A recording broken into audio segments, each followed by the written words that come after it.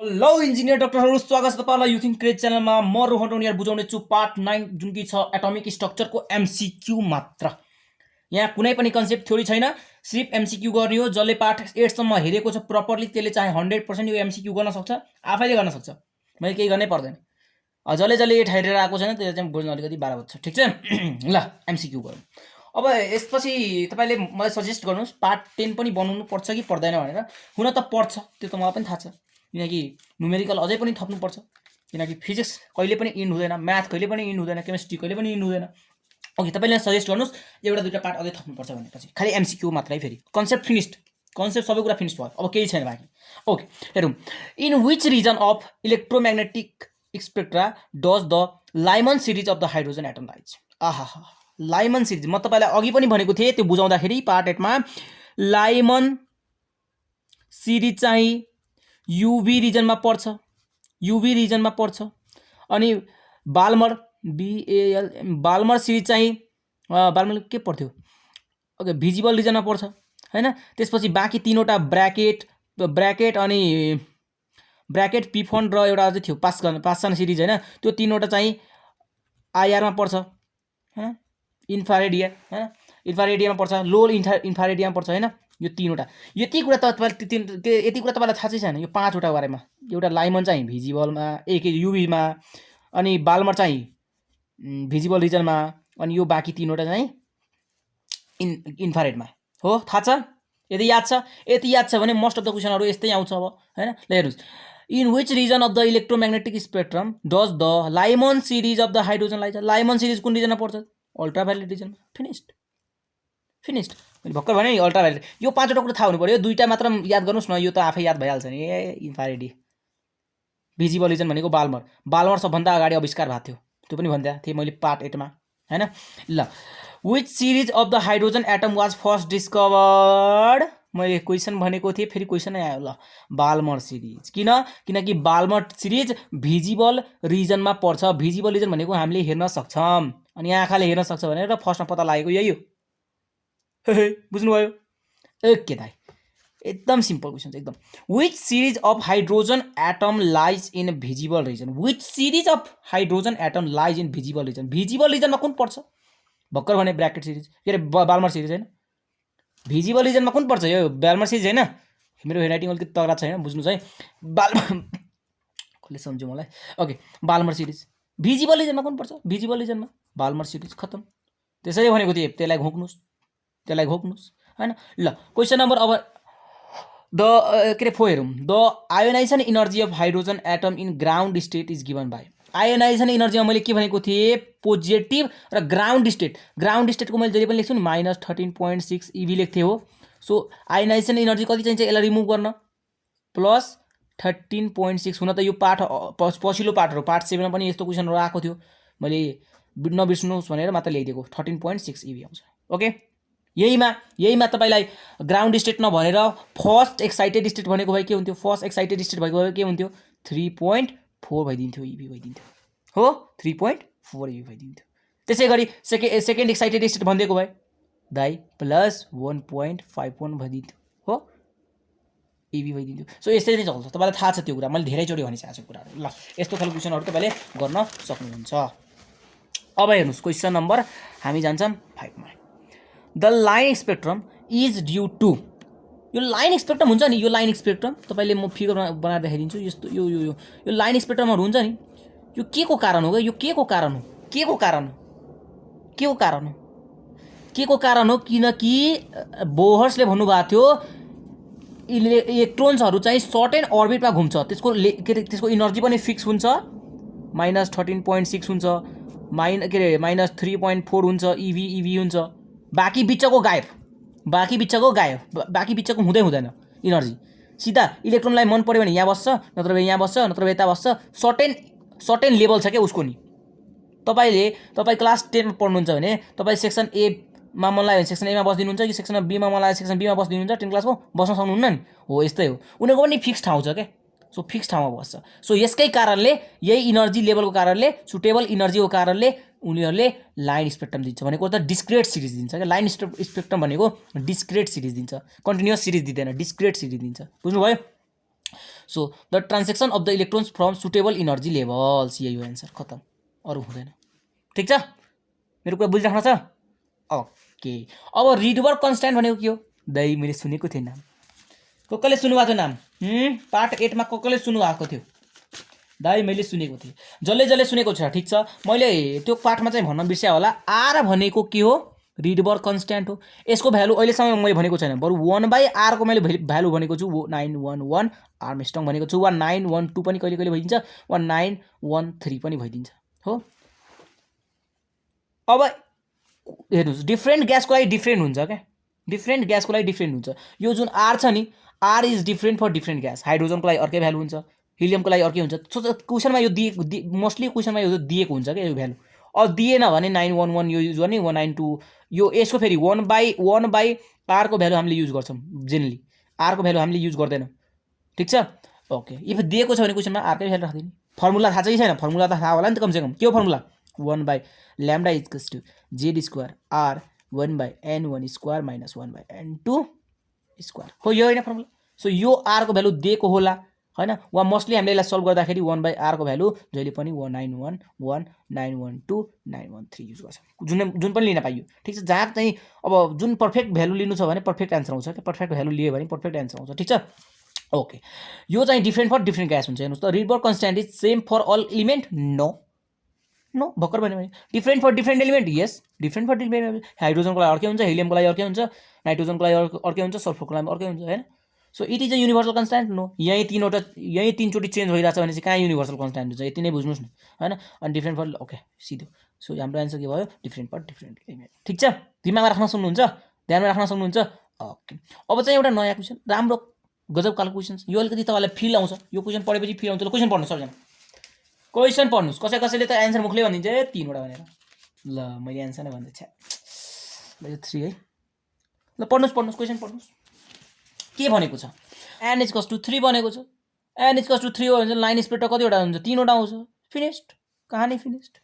यो त क्वेसनै थिएन, तपाईँको लेभलको अनुसार थिएन यो क्वेसन त। तपाईँ त जिनियस मान्छे हो फेरि, हो कि होइन? भन्नु पर्यो क्या आफूलाई, आफ्नो तारिफ आफै गर्नु पर्यो नि त कहिले कहिले हैन। ल हेर्नु, in terms of Rydberg constant R, in terms of Rydberg constant are the wave number of the first Balmer series is, के भन्यो? First Balmer series. कहानी ठिक छ, कहानी ठिक छ, यो क्वेसन पनि ठिक छ है। ल हेर्नुहोस्, क्वेसनमा के भन्यो?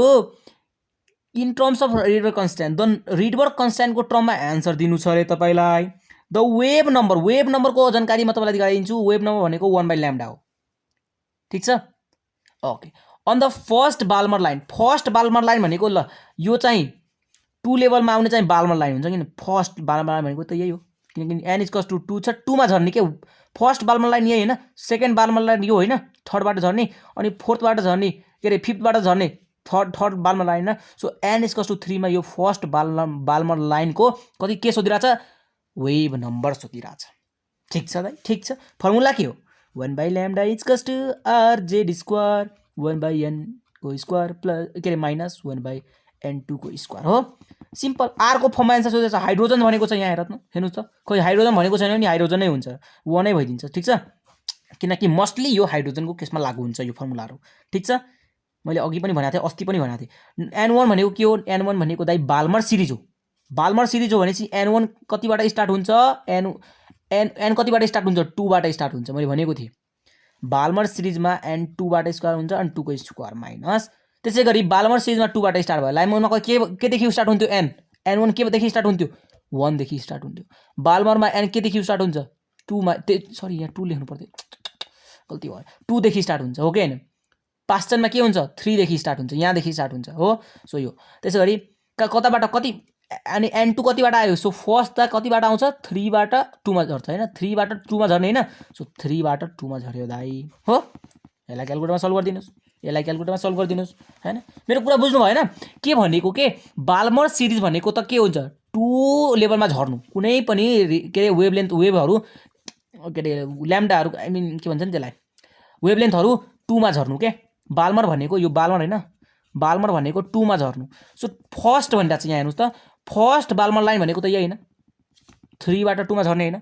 सो 3 यहाँ लेखिदिएको, एन्ड 2 यहाँ लेख्दिउँ। ठिक छ, अब बुझ्नुभयो? ल हेर्नुहोस् दाइ तपाईँ आफैमा कन्फ्युज हुनुहुन्छ। कन्फ्युज होइन कि अलिकति ल्याङ्ग्वेज भनौँ न, ल्याङ्ग्वेज प्रब्लम भइदिन्छ कहिले कहिले होइन। सो बुझ्न गाह्रो भइदिन्छ क्या। कुनै क्वेसन बुझेन भने मलाई एकचोटि भन्ने है, मैले पेज पनि बनाएको छु युथिङ क्रेजी भनेर, तपाईँहरूले गएर सर्च पनि गर्न सक्नुहुन्छ नेटमा, त्यो फेसबुक पेज। अनि त्यो मध्ये पनि हामीले एउटा ग्रुप पनि बनाएको छौँ युथिङ क्रेजी। त्यहाँ तपाईँले आफ्नो सल्युसनहरू, प्रब्लमहरू, कुनै पनि प्रब्लम छ भने तपाईँहरूले मलाई मलाई भन्दा नि ग्रुपमा पठाइदिनुहोस्, फ्याट्टै क्वेसन पाउनुहुन्छ। त्यहाँ एकदम एक्टिभ मान्छेहरू बसेका छन्, एकदम एक्टिभ भनौँ न, धेरै साथीहरू एक्टिभ छन्। तपाईँको एकछिनमा कोही क्वेसनको एन्सर निकालेर दिइदिन्छन् होइन। यस्ता यस्ता ट्यालेन्ट व्यक्तिहरू त्यहाँ ग्रुपमा छन्। ठिक छ, सो तपाईँको कुनै पनि प्रब्लम छ भने मलाई पहिला एड गर्नुहोस् फेसबुकबाट। ठिक छ, अनि म तपाईँलाई त्यो फेसबुक ग्रुपमा एड गरिदिन्छु, अनि च्यानल त तपाईँले एड गर्न सक्नुहुन्छ। ठिक छ, युट्युब पेजमा मैले त्यो ग्रुप पनि बनाएको छु, गएर युथिङ क्रेजी सर्च गर्नुहोस् आउँछ। ओके, इक्वल टु दिनुहोस्, कति आयो? 5/36 आयो, अनि आर बाँकी छ, so R. So 5/36 R is our answer. 5/36 R, 5r/36, ल यही एन्सर, फिनिस्ड। बाल्मर सिरिज भनेको थियो, बाल्मर सिरिज भन्दाखेरि n इक्वल्स टु 2 देखि स्टार्ट हुन्छ क्या, 2 मा झर्नु क्या, कुनै लेन्थहरू 2 मा झर्नु। पार्ट 2 हेर्नु, के अरे पार्ट 8 हेर्नु भएको छ, अनि याद होला। ल क्वेसन नम्बर 9 हेरौँ। द वेभलेन्थ सोधिरहेको छ। वेभलेन्थ भनेको यो ल्याम्डा सोधिरहेको छ है, ल्याम्डा सोधिरहेको छ। The wavelength of the series limited of Lyman series. मलाई एकचोटि भनिदिनुहोस् त, लाइमन सिरिज भनेको त यहाँबाट हो, सपोज यो इन्फिनिटी भनेको लिमिटेड होइन? लिमिटेसन कहाँ हुन्छ? एन लिमिटेसन कहाँ हुन्छ? n1 स्टार्टिङ हुन्छ, लिमिटेड कति सम्म हुन्छ? इन्फिनिटीसम्म। यसको सिरिजहरू त, यसको वेभलेन्थहरू त इन्फिनिटीसम्म त लिमिटेड हुन्छ कि हुँदैन? इन्फिनिटीसम्म लिमिटेड हुन्छ। सो हामीले n2 को भ्यालु कति राख्ने? n2 को भ्यालु कति राख्ने? फर्मुला त त्यही हो। अनि n1 को भ्यालु त जहिले पनि 1 नै हुन्छ। फेरि लाइमन सिरिज भनेको छ, याद गर्नुहोस् है, लाइमन सिरिजमा माइनस n2 को स्क्वायर हो।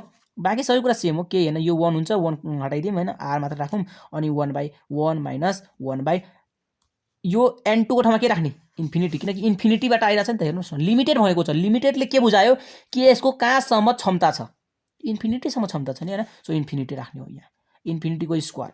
अब तपाईँलाई थाहा छ के हुन्छ इन्फिनिटीको? यो भनेको के हुन्छ ल भन्नुहोस् त? 1/∞ भनेको त 0 हुन्छ। थाहा छ कि छैन त्यो कुरा? जसलाई थाहा छैन त्यसले फिजिक्स केही पढ्यो, के अरे म्याथ त केही पढेकै छैन अहिलेसम्म। टुली भनिरहेको छु म। लिमिट एन्ड कन्टिन्युटी च्याप्टरमा पनि मैले कतिचोटि भनिसकेको छु यो कुराहरू। ल अब के भयो एन्सर? आर भयो दाइ हो। 1/λ इक्वल्स टु आर भयो हो। 1/λ इक्वल्स टु आर बाँकी भयो, किनकि 1 - 0 भनेको 1 नै भइदिन्छ अनि होइन। सो आर यता साइडमा बाँकी भयो हो।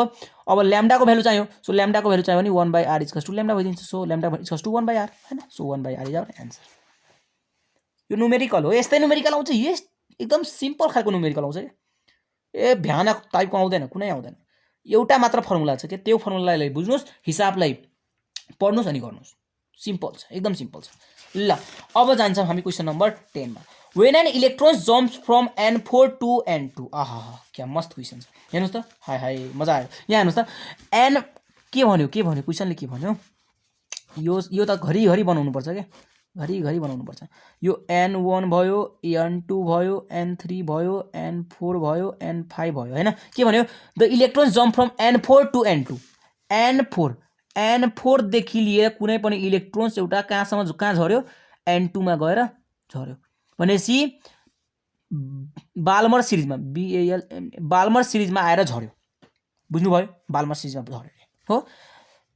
n4 देखि n2 मा आएपछि बाल्मर सिरिजमा झर्यो नि होइन। And emit lines in the spectrum will be first line of Lyman series. यो first line of Balmer series हो? होइन। कसरी थाहा पाउने? किनकि दाइ बाल्मर सिरिज यहाँ के अरे पहिला यो फर्स्ट लाइन त यो हो नि त। 3 बाट 2 मा झर्नु भनेको फर्स्ट लाइन हो। सेकेन्ड लाइन भनेको 4 बाट 2 मा झर्नु भनेको बाल्मर सिरिजको सेकेन्ड लाइन हो। त्यसै गरी 5 बाट 2 मा झर्नु भनेको बाल्मर सिरिजको थर्ड लाइन हो। सो यो कुन लाइन हो भन्नुहोस् त मलाई? यो 4 देखि 2 मा झरेको कुन लाइन हो? सेकेन्ड लाइन होइन? सेकेन्ड लाइन हो। Second line of Balmer series, finished. बुझ्नुभयो? ल मलाई भन्नुहोस् त, यो अब म तपाईँलाई एउटा यहीमा क्वेसन दिएँ, n इक्वल्स टु 5 दिए, 2 अनि n इक्वल्स टु 2 दिए, सेम क्वेसन छ, बाँकी सबै कुरा सेम छ, के हुन्छ ल मलाई भन्नुहोस्? म अप्सन चेन्ज गरिदिन्छु, हुन्छ? अप्सन यहाँ चेन्ज गरिदिन्छु, थर्ड। यही एन्सर हुन्छ होइन? यो थर्ड लाइन होइन, फर्स्ट लाइन यो भयो, सेकेन्ड लाइन यो भयो, थर्ड लाइन यो 5 देखि 2 मा झऱ्यो, थर्ड लाइन भयो बाल्मर सिरिजको। पहिला के रिकगनाइज गर्ने कि N4 देखि N2 सम्म झर्नु, यहाँ झर्छ रे हो, N2 मा झर्छ, जुन स्मलर हुन्छ त्यहाँ झर्छ हो। सो यहाँ झर्नुको अर्थ के हो, N2 मा झर्नु भनेको N2 मा त के हुन्छ, बाल्मर सिरिज हुन्छ, N3 मा के हुन्छ, पास्चन सिरिज हुन्छ, N4 मा के हुन्छ, ब्र्याकेट सिरिज हुन्छ, N5 मा के हुन्छ, पी फन्ड हुन्छ वा फन्ड हुन्छ सिरिज होइन। अनि वो N1 मा के हुन्छ, लाइमन सिरिज हुन्छ। यो तपाईँलाई याद छ कि छैन, याद छ कि छैन, याद छ, याद छ त ल, याद छ भने यो पनि थाहा हुन्छ। ठिक छ, तपाईँ यस्तो ड्रइङ बनाएर हेर्नुहोस् कुन झरेर हो। यहाँ 4 देखि 2 मा झरिरहेको छ क्या, सो 4 देखि 2 मा झर्यो हो। सो यो सेकेन्ड भयो के, किनकि फर्स्ट त 3 देखि 1 मा 2 मा झर्छ नि, 3 देखि 2 मा झर्नु भनेको फर्स्ट भयो, 4 देखि 2 मा झर्नु भनेको सेकेन्ड भयो, अनि 3 के अरे 5 देखि 3 मा झर्नु के 2 मा झर्नु भनेको थर्ड भयो। यसरी बुझ्नुपर्छ के, ठिक छ, ठिक छ, ओके ल, यो क्वेसन पनि बुझ्यो होला सायद। जसले 8 पार्ट हेरेको छैन त्यसले बुझ्दै बुझ्दैन। Which one of the following series lies in UV region, UV रिजनमा कुन चाहिँ पर्छ, युभी भनेको अल्ट्राभायोलेट, ल भन्नुहोस् अल्ट्राभायोलेट रिजनमा कुन पर्छ, पटक पटक घडी मैले भनिसकेँ बाल्मर सिरिज हैन, मैले अघि पनि भनिसकेँ, त्यसलाई फेरि सुन्नुहोस्, रिपिट गरेपछि तपाईँको दिमागमा बस्छ के हो, लाइमन सिरिज के कस्तोमा लाइज हुन्छ, लाइमन सिरिज भिजिबल रिजनमा लाइज हुन्छ हो, के अरे युभी रिजनमा, सरी युभी रिजनमा। अनि त्यसपछि बाल्मर सिरिज चाहिँ कस्तोमा लाइज हुन्छ, भिजिबल रिजनमा लाइज हुन्छ, भिजिबल रिजनमा, भिजिबल भनेको आँखाले हेर्न सकिने के। अनि फर्स्टमा आविष्कार भएको पनि यही बाल्मर हो। अनि त्यसै गरी के अरे लाइमन बाल्मर, अनि बाँकी सबै के हुन्छ, इन्फ्रारेडमा लाइज हुन्छ बाँकी सबै। ठिक छ, यति मात्र पढ्नुहोस्। अब मलाई सजेस्ट गर्नुहोस् तपाईँहरू भिडियोको कमेन्ट बक्समा, दाइ अरू पनि पार्ट चाहिन्छ न्युमेरिकलको, अरू छ न्युमेरिकलहरू धेरै बाँकी छ क्या, इत्यादि न्युमेरिकलहरू छ भने भनौँ न, कति छन्। ठिक छ, तपाईँले भन्नुहुन्छ भने म नेक्स्ट पार्ट पनि ल्याइदिन्छु है। ओके, अब जसलाई इनफ भइसक्यो दाइ मैले हरेक क्वेसन ट्र्याकल गर्न सक्छु, हामीले हरेक क्वेसनलाई तोडफोड जोड गर्न सक्छु भनेपछि ठिक छ, पुग्छ तपाईँलाई यतिले पनि। ल आजको लागि यति नै, यो च्याप्टर म घोषणा गरिदिन्छु फिनिस्ड भइसक्यो भनेर। ठिक छ, तपाईँहरूको मर्जी हो, तपाईँहरूले मलाई कमेन्ट गरेर भन्नुहुन्छ भने दाइ अझै पनि चाहिन्छ म ल्याइदिन्छु, के छ र ठुलो कुरा होइन, अनि बेस्ट भन्दा बेस्ट न्युमेरिकल ल्याउँछु त्यहाँ। ठिक छ, ओके बाई बाई।